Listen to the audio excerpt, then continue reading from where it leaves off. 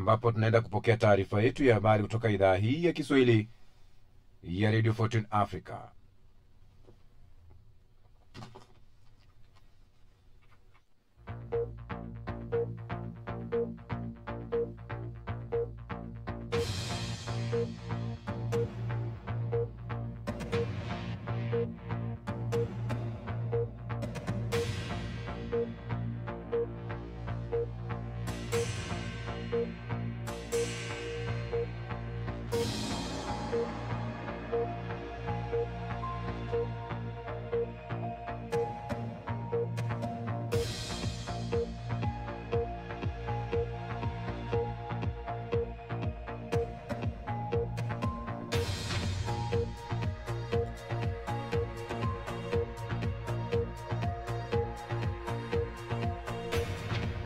Karibu katika taarifa yetu ya habari kutoka idhaa hii ya Kiswahili Radio Fortune Africa. Tumekuandalia mengi, ikiwa ni pamoja na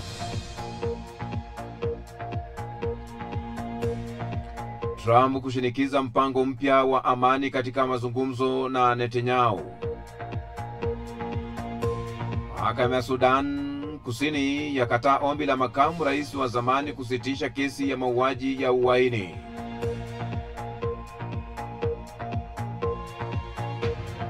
China ya wahukumu kifo watu 11 wa familia moja. Denmark yapiga marufuku droni za kibinafsi kabla ya kongamano la Umoja wa Ulaya.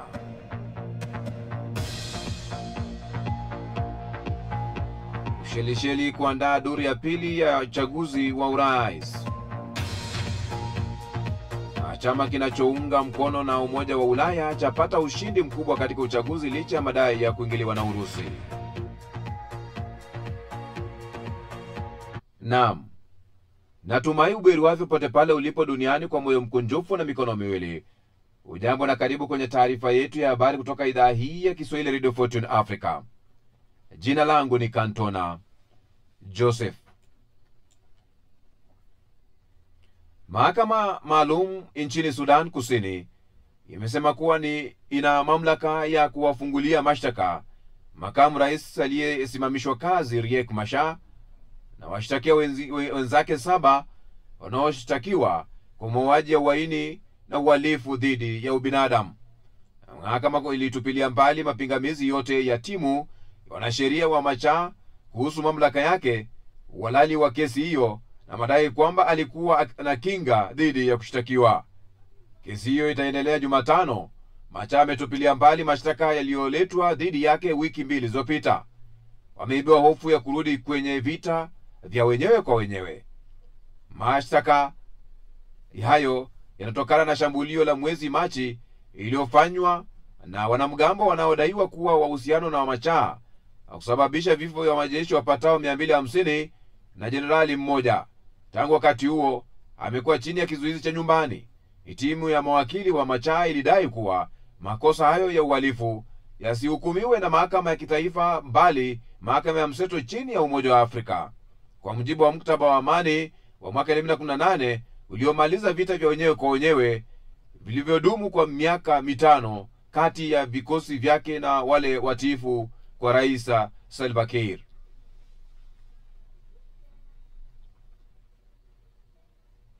Rais wa Marekani Donald Trump amesema atasukuma mpango mpya wa amani wa kumaliza vita vya Israeli na Gaza wakati wa mazungumzo ya White House na waziri mkuu wa Israeli Benjamin Netanyahu siku ya Jumatatu.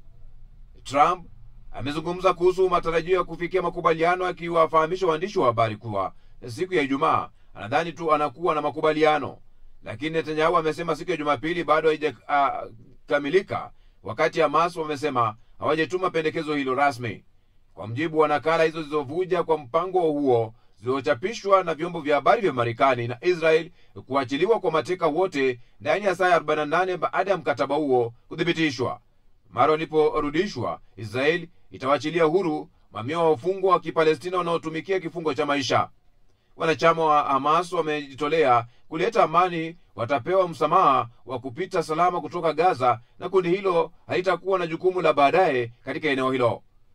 Miondo mbinu yote ya kijeshi ya Hamas itaharibiwa. Jeshi la Israeli na ulinzi la IDF litaondoka hatua kwa hatua kutoka ukanda wa Gaza na kutawaliwa na serikali ya mpito. Mahakama ya Uchina imewahukumu kifo watu 11 wa familia yenye sifa mbaya iliyokuwa ikiendesha vituo vya utapeli nchini jamaa, kwa mujibu wa vyombo vya habari vya serikali ya Uchina. Makumi ya jamaa wa familia ya Ming walipatikana na hatia kufanya vitendo vya uhalifu, huku wengi wakipokea vifungo vya muda mrefu gerezani. Familia ya Ming ilifanya kazi katika mmoja ya koo 4 zilizoendesha mji wa Lohan karibu na mpaka wa Yamaa na kugeuza kuwa kitovu cha kamari, dawa za kulevya na vitu vya utapeli. Hatimaye Yamaa ilichukua hatua ya kuwakamata watu wengi wa familia hizo mwaka 2023 na kuwakabidhi kwa mamlaka ya Uchina. Mamlaka ya familia 39 ya Ming walihukumia siku ya Jumatatu katika jumla ya wanafamilia 39 wa Ming walihukumia siku ya Jumatatu katika mji wa mashariki mwa Wezong, kulingana na ripoti ya shirika la utangazaji la serikali la Uchina CCTV. Ni taarifa ya habari kutoka idhaa hii ya Kiswahili Radio Fortune Africa, kituo chako kinachokuwa kwa kasi sana duniani. Tupo mbashara kupitia idhaa hii, na katika awamu ya pili tutakuwa nashirikiana na waandishi wa habari wa DW.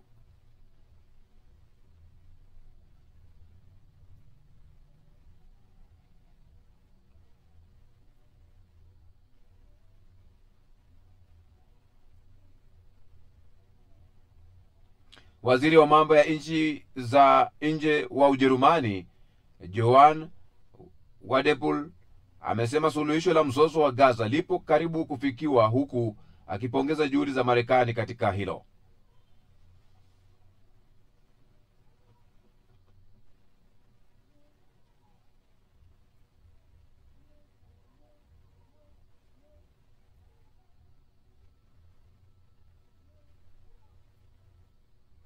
Amina Abubakar na taarifa hiyo kwa kina. Wadephul ametoa wito kwa Israel na wanamgambo wa Kipalestina wa Hamas wakubaliane na mpango wa amani wa Trump. Amesisitiza kwamba lazima vita vikomeshwe na mateka wanaoshikiliwa na Hamas warejeshwe nyumbani mara moja. Amesema hayo wakati tayari Rais Donald Trump akiwa amekwisha kutana na Benjamin Netanyahu, na muda wowote kutoka sasa watafanya mkutano wa pamoja na vyombo vya habari. Trump alitarajiwa kumshawishi Netanyahu kukubali mpango wake wa amani aliyoupendekeza baada ya miaka miwili ya vita katika ukanda wa Gaza. Trump amesema mpango huo unaojumuisha pia kuachiwa mateka na kuwapokonya Hamas silaha ni kama umeshapita baada ya mazungumzo yake wiki iliyopita na viongozi wa nchi za Kiarabu na Kiislamu. Katika mpango huo, Israel nayo pia itatakiwa kuachia maelfu ya wafungwa wa Kipalestina inaowashikilia, wakiwemo wale waliopewa vifungo vya muda mrefu. Hata hivyo, haijajulikana wazi iwapo Netanyahu ataukubali mpango huo kutokana na hotuba yake kali aliyoitoa katika mkutano wa Baraza Kuu la Umoja wa Mataifa wiki iliyopita, akiapa kumaliza kazi aliyoianza dhidi ya wanamgambo wa Hamas na vile kukataa katakata mpango wa kuitambua Palestina kama dola huru kama yalivyofanya mataifa kadhaa ya Magharibi ikiwemo Uingereza, Ufaransa na Kanada. Huku hayo yakiarifiwa, waziri wa fedha wa Israel Bezalel Smotrich amesema jeshi la nchi yake litaendelea na mapambano yake dhidi ya Hamas, na pia amesisitiza kwamba mamlaka katika ukingo wa Magharibi haipaswi kuwa na jukumu lolote kwa Gaza ya siku za usoni, ikiwa ni moja ya mambo yanayoleta mvutano katika mpango wa amani uliopendekezwa na Trump. Mamlaka ya Palestina ndiyo iliyosimamia Gaza hadi Hamas ilipochukua madaraka mwaka 2007. Kwingineko, Slovenia ambaye ni mwanachama wa Umoja wa Ulaya na mwanachama pia wa Jumuiya ya Kujihami NATO imempiga marufuku Netanyahu kuingia nchini mwake. Slovenia imesema hatua yake imetokana na Netanyahu kukabiliwa na makosa ya uhalifu wa kivita na uhalifu wa kibinadamu, na mahakama ya kimataifa ya haki pia imegundua kuwa sera nyingi za Israel na matendo yake zinakeuka sheria ya kimataifa na sheria ya haki za binadamu. Waziri wa mambo ya nchi za nje wa Slovenia amesema kwa kumpiga marufuku Netanyahu kuingia nchini humo kunatoa ujumbe wa wazi kwamba Slovenia inahitaji kuheshimiwa kwa mahakama ya kimataifa na sheria ya haki za binadamu. Mwezi Julai mwaka huu, Slovenia ilikuwa nchi ya kwanza ya Ulaya kuwatangaza mawaziri wawili wa Israel wanaotokea mrengo wa siasa kali za kulia, waziri wa usalama wa taifa Itamar Ben-Gvir na waziri wa fedha Bezalel Smotrich kutoingia nchini humo. Asante sana Amina Abubakar kwa taarifa hiyo. Ukraine imejitolea kuunda ngome ya pamoja ya ulinzi na washirika wake ili kujilinda na vitisho vya Urusi baada ya mfululizo wa droni za Urusi kukiuka na kuingia kwenye anga ya baadhi ya nchi za Ulaya Mashariki ambao ni wanachama wa NATO. Delima Mwazaya na taarifa hiyo. Na usalama wa Poland, Rais wa Ukraine Volodymyr Zelensky ametoa pendekezo kwa Poland na washirika wa karibu wa usalama kuunda mfumo wa ulinzi madhubuti ili kuepuka vitisho vya Urusi. Rais Zelensky amebainisha kuwa nchi yake ina uwezo kupambana na droni na makombora ya Urusi ya aina yoyote, na endapo watakuwa na ushirikiano wa kikanda, basi silaha zitatosha kutimiza azma hiyo. Kwa upande wake, waziri wa ulinzi wa Ujerumani aliyehudhuria kongamano hilo Boris Pistorius ameelezea kuwa Urusi inawapa mtihani na majaribu kwa kuendelea na vitisho vyake. Pistorius amesema kuwa rais wa Urusi Vladimir Putin anazichokoza nchi wanachama wa jumuiya ya kujihami ya NATO na kuupima uwezo wao wa kujilinda, lakini nchi hizo ziko imara. Kutokana na uchokozi wa Urusi dhidi ya nchi wanachama wa jumuiya za NATO, washirika wa eneo la Mashariki wameafikiana kuhusu haja ya kuunda mifumo ya ulinzi itakayotumia teknolojia ya kisasa kutambua, kufuatilia na kudengua droni zozote zile za uvamizi. Kauli hizo zinaungwa mkono na mwenzake wa masuala ya kigeni Johann Vadeful aliyesisitiza kuwa hana tashwishi na mchango wa Marekani wa kuipa jumuiya ya kujihami ya NATO silaha za nyuklia, ila bara la Ulaya litalazimika kuwajibika kwenye jukwaa hilo. Vadeful anahudhuria mkutano huo wa Poland na kwa mtazamo wake Urusi inawajaribu. Diese Aktionen sind kein Zufall, sondern Teil eines Musters.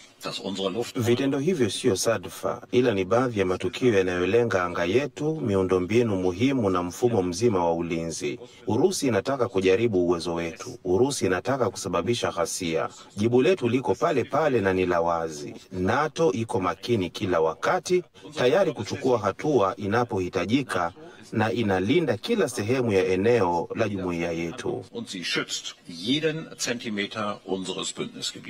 Kwa upande wake, Poland yenyewe inawarai washirika kudumisha umoja hata inapokabiliana na vitisho vya Urusi dhidi ya Ukraine, kwani vita hivyo vinawaathiri wote. Yote haya yakiendelea, Marekani inalitathmini ombi la Ukraine la kupata makombora ya masafa marefu kupitia mwamvuli wa jumuiya ya kujihami ya NATO. Asante sana Delima Mwazaya kwa taarifa hiyo. Mkataba wa kibiashara kati ya Marekani na mataifa ya Afrika AGOA unafikia mwisho wake hivi leo. Nafasi kadhaa za ajira zinazohofiwa kupotea, ingawa bado kuna fursa ya kwa bara hilo kuimarisha ushirikiano mpya wa kibiashara. Mohamed Khelef na taarifa hiyo. Endapo ungeendelezwa, mkataba huo uliodumu kwa miaka 25 ambao uliapa mataifa ya Afrika fursa ya kupeleka bidhaa zao kwenye soko la Marekani bila ushuru unafikia mwisho wake kesho Septemba 30.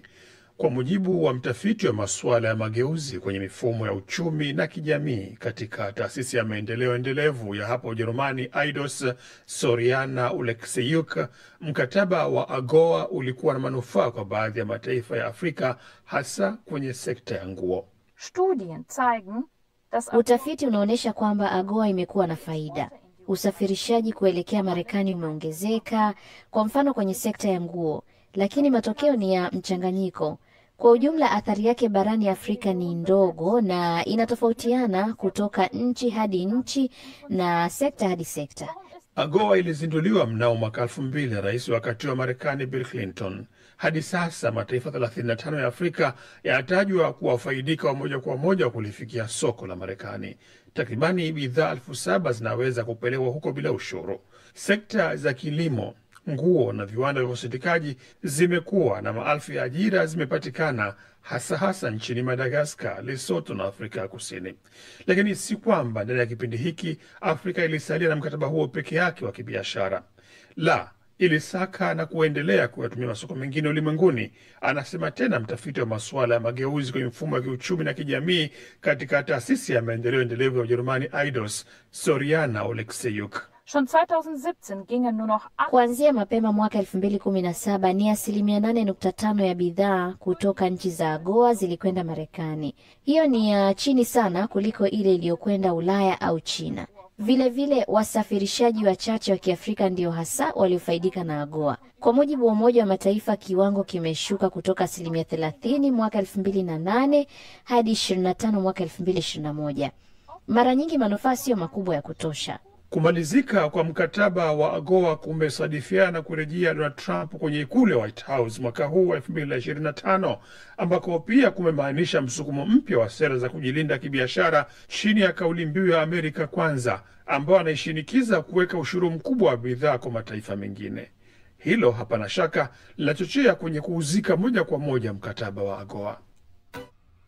Asante sana Mohamed Khalif. Nazidi kusonga mbele kwenye taarifa ya Afrika Leo jioni, habari za dunia, ambapo katika awamu ya pili nashirikiana na shirika la DW katika kuweza kukupasha habari hizi moja kwa moja. Ni taarifa ya habari ambayo ni mbashara, msikilizaji, ambapo tupo mbashara kupitia idhaa hii ya Kiswahili Radio Fortune Africa. Usisahau kujisajili nasi, subscribe, mkwaju follow, vile penda, like na fuatilia habari zetu.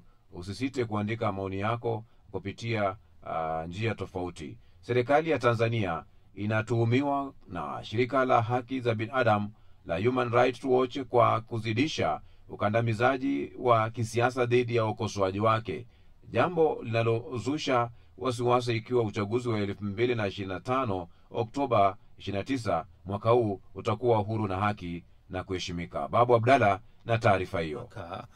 Mamlaka nchini Tanzania zinapaswa kuchukua hatua za haraka kulinda heshima ya uchaguzi huo wa mwezi Oktoba, ambayo hadi sasa inaonekana kuwa hatarini. Mtafiti huyo ameongeza, na hapa namnukuu, serikali inapaswa kuacha kuziminya sauti za wakosoaji na vyombo vya habari na badala yake kufanya mageuzi ya maana kuhakikisha uchaguzi huru, wa haki na wa heshima, mwisho wa kumnukuu. Katika kukusanya takwimu za ripoti hiyo iliyopewa jina la ukandamizaji mkubwa unatishia uchaguzi, Human Rights Watch ilizungumza na watu 24 baina ya mwezi Julai na Septemba, miongoni mwao wakiwa wanaharakati wa asasi za kiraia, wanasheria, viongozi wa dini, wasomi, waandishi wa habari na wanachama wa vyama vya upinzani, wakiwa wahanga 8 wa udhalilishaji kutoka Tanzania bara na Zanzibar. Mmoja wa viongozi wa dini aliliambia shirika hilo kwamba haki za watu kuwa na maoni tofauti na serikali iko hatarini, akitaja matukio yasiyo na maelezo ya watu kutoweka, kutekwa na hata mauaji.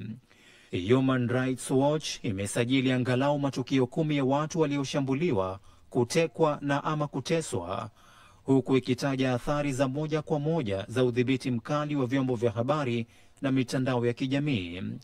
Katika mkasa wa tarehe 2 Mei, watu wasiojulikana walimpiga na kumteka mwanaharakati mashuhuri wa upinzani Mpaluka Nyagali maarufu kama Mdude nyumbani kwake Mbeya, kusini magharibi mwa Tanzania, lakini juhudi za mkewe kuitaka mahakama kuu iingilie kati kumtafuta mumewe zilitupiliwa mbali mnamo tarehe 9 Julai na hadi sasa hafahamiki alipo. Mkasa mwingine uliotajwa kwenye ripoti hiyo ni ule wa tarehe 16 Juni ambapo watu wenye silaha walimshambulia Japhet Matara anayefahamika kwa kuandika taarifa za kuikosoa serikali mtandaoni, na hata alipokwenda hospitali kwa matibabu, watu waliovalia sare za wauguzi walikwenda tena kumvamia na kuendelea kumshambulia. Hadi sasa Matara anazungumza kwa tabu kutokana na kuvunjwa mafizi kwa kipigo hicho. Kuelekea uchaguzi wa Oktoba 29, tume ya huru ya uchaguzi imemwondosha mgombea wa urais wa chama cha ACT Wazalendo Luhaga Mpina, huku wafuasi wa chama kikuu cha upinzani ambacho kimeamua kutoshiriki uchaguzi huo wakiandamwa kila mara na jeshi la polisi. Asante sana Babu Abdalla kwa taarifa hiyo, na nazidi kusonga mbele kwenye taarifa yetu. Kamerun inajiandaa kufanya uchaguzi mkuu Oktoba 12 mwaka huu, endapo wagombea 10 ndio wanaowania kiti cha urais. Kampeni zimeanza rasmi mwishoni mwa juma iliyopita, huku rais na mgombea wa chama tawala Paul Biya akiwa hayupo nchini humo. Bakari Ubena na taarifa hiyo. Ndiye rais mkongwe zaidi duniani na ameitawala Kamerun tangu mwaka 1982 na sasa anawania muhula wa 8 madarakani, lakini hakuwepo nchini humo jana Jumapili wakati kampeni zikipamba moto kuelekea uchaguzi huo utakaoamua nani atakayechukua nafasi hiyo. Kulingana na ofisi yake, Biya aliondoka Kamerun wiki moja iliyopita katika kile kilichotajwa kuwa safari binafsi kuelekea barani Ulaya, lakini duru za kidiplomasia zinasema kiongozi huyo ambaye ni nadra kuonekana hadharani yupo mjini Geneva, Uswisi. Rais huyo hakuhutubia Alhamisi iliyopita mkutano wa Baraza Kuu la Umoja wa Mataifa mjini New York kama ilivyopangwa, na aliwakilishwa na waziri wake wa mambo ya nje. Kampeni zilianza Jumamosi na kuendelea Jumapili, huku wapinzani wakuu wa Biya wakifanya mikutano kadhaa. Cabral Libi, mgombea wa chama cha upinzani cha Cameroon Party for National Reconciliation PCRN, alikutana na wafuasi wake katika mji wa pwani wa Douala, akisema kuwa uchaguzi huu ni muhimu sana. Uchaguzi huu ni uchaguzi wa kuelezea ghadhabu, haufanani na chaguzi zingine zilizotangulia. Ni uchaguzi ambao lazima tuchague kati ya maisha na kifo, lazima tuchague kati ya mpasuko au mwendelezo. Kwa upande wake, waziri wa zamani wa utalii Bello Buba Maigari aliwakusanya mamia ya wafuasi wa chama cha National Union for Democracy and Progress akishirikiana na mgombea mwingine Akere Muna ambaye alijiondoa katika kinyang'anyiro hicho na kumuunga mkono Buba Maigari. Biya ambaye ameiongoza Cameroon kwa miaka 43 anapewa nafasi kubwa ya kushinda uchaguzi huo kutokana na mgawanyiko ndani ya upinzani. Hajawahutubia moja kwa moja raia wa Cameroon tangu Julai 13 walipotangaza kwenye mtandao wa kijamii wa X kuwa anagombea tena uraisi. Mnamo Septemba 17 mwaka huu, binti wa rais huyo Bi Brenda Biya alichapisha video kwenye mtandao wa TikTok akiwatolea wito raia wa Cameroon kutompigia kura baba yake. Baadaye aliifuta video hiyo na kuomba samahani. Utawala wa Biya umekuwa ukikosolewa kwa vitendo vya kukandamiza upinzani pamoja na ufisadi. Uchunguzi wa mwaka 2018 kuhusu uhalifu wa kiuchumi uliofanywa na muungano wa waandishi wa habari uligundua kuwa Paul Biya alitumia takriban miaka 4.5 ya uongozi wake akiwa nje ya nchi, hasa nchini Uswisi, kwa gharama inayokadiriwa kufikia dola milioni 65. Asante sana Bakari Ubena. Nazidi kusonga mbele msikilizaji, katika awamu hii ya Afrika Leo Jioni ni habari za dunia, ambapo katika awamu ya pili nashirikiana na shirika la DW. Wakati huu basi msikilizaji, basi tunakuomba simama kituo hiki kufikia malengo yetu ya uratibu, kununua transmitter yenye uwezo wa kurusha matangazo yetu mbali na kwa njia nzuri kupitia radio hii ya Radio 14 Africa. Tunahitaji kununua transmitter na vile station transmitter link yenye uwezo wa kurusha matangazo yetu mbali na kwa njia nzuri yatakayotanua wigo letu na kuwafikia mamilioni ya watu kwa njia ya FM. Wasilisha mchango wako kupitia paybill number ni 625625, account number ni 012450 85217800, au till number ni 4561468 kupitia mitandao yote ya kurusha pesa. Hii ni idhaa ya Kiswahili Radio 14 Africa. Mambo yetu, safari yetu, maisha yetu, tamaduni yetu na imani yetu. Sikiliza idhaa hii kwa vipindi bora, matangazo yenye tija, vile vile ukweli na burudani. Na kurejesha kwake Saumu Njama vile vile katika hatua hiyo anapotuletea yanayovuma kwenye majukwaa ya mawasiliano. Wanaendelea kufanya hivyo na hakuna anayeonekana kumsaidia.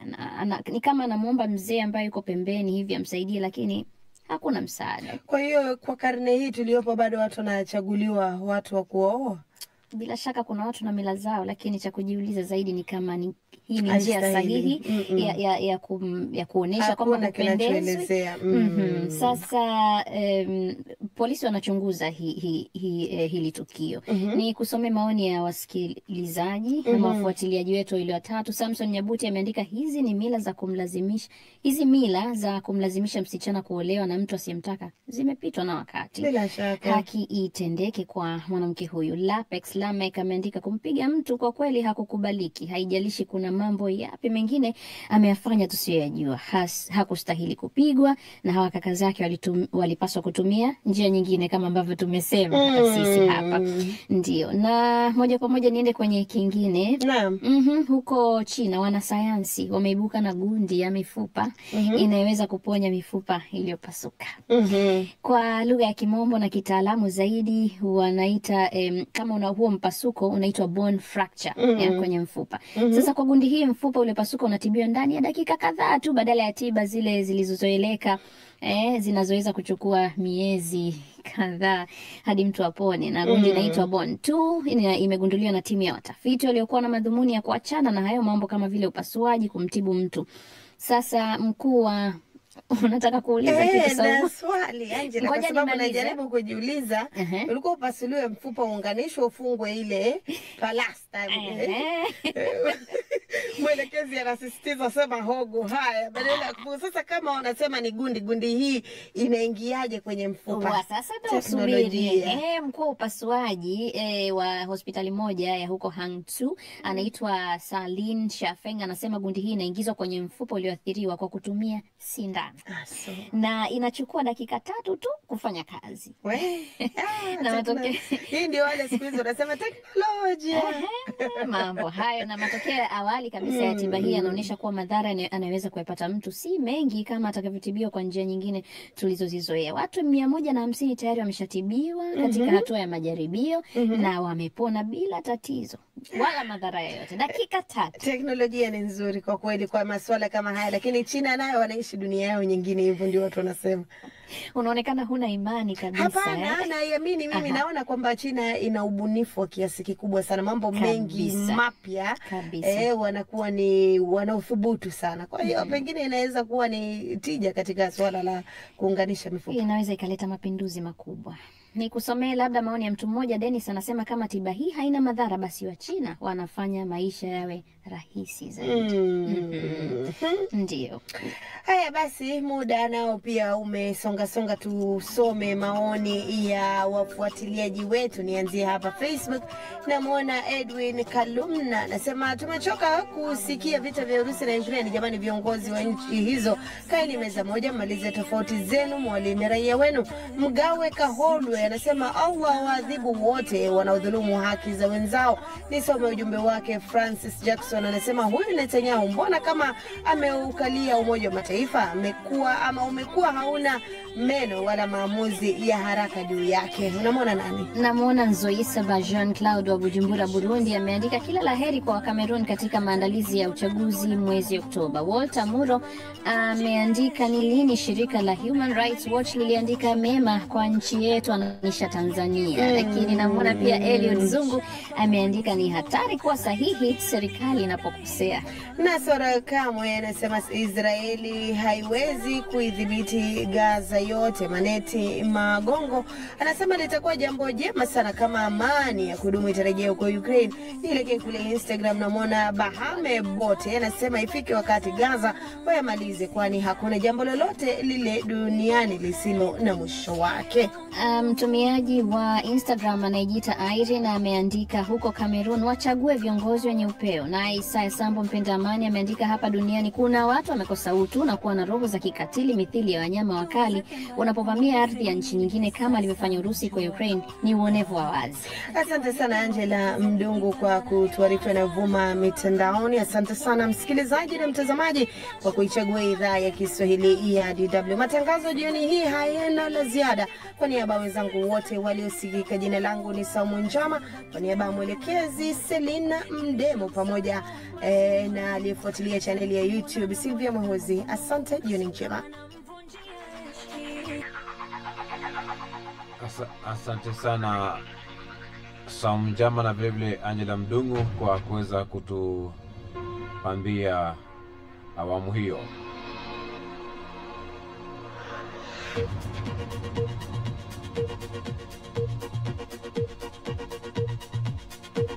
Hata mimi hapa studioni idhaa ya Kiswahili Radio Fortune Africa sina la ziada, lakini kiziba mkonga ndicho na kupa baadaye hata mimi ni sepe. Kwenye kiziba mkonga cha sasa ni kwamba kwenye ndoa huikuti furaha. Kwenye ndoa unakuja na furaha yako. Kama hujaja nayo, basi utaitengeneza mwenyewe. Ni jukumu lako, sio lake. Alafu ukisha kuwa na furaha na yeye ana furaha, tunasema mna ndoa yenye furaha. Shida tunafanyaga ni kinyume. Kiziba mkonga. Kwenye ndoa huikuti furaha. Kwenye ndoa unakuja na furaha yako. Umepack furaha yako, umeibeba. Unaingia ndani ya ndoa na furaha. Ukikuja na huzuni, usitarajie mwenzako atakupatia furaha ndani ya ndoa. Kama hujaja na furaha yako, uje piga shopping ya furaha yako kaingia nayo ndani ya ndoa, wewe mwenyewe utaitengeneza hiyo furaha. Mwenzako sio daktari wa kuja kutibu makovu ya mtu mwingine ndani ya ndoa. Yeye si daktari. Ni jukumu lako, sio lake. Alafu ukisha kuwa na furaha na yeye ana furaha, tunasema mna ndoa yenye furaha. Shida watu wengi wanawasili ndani ya ndoa wakiwa wana makovu. Inakuwa ni kinyume.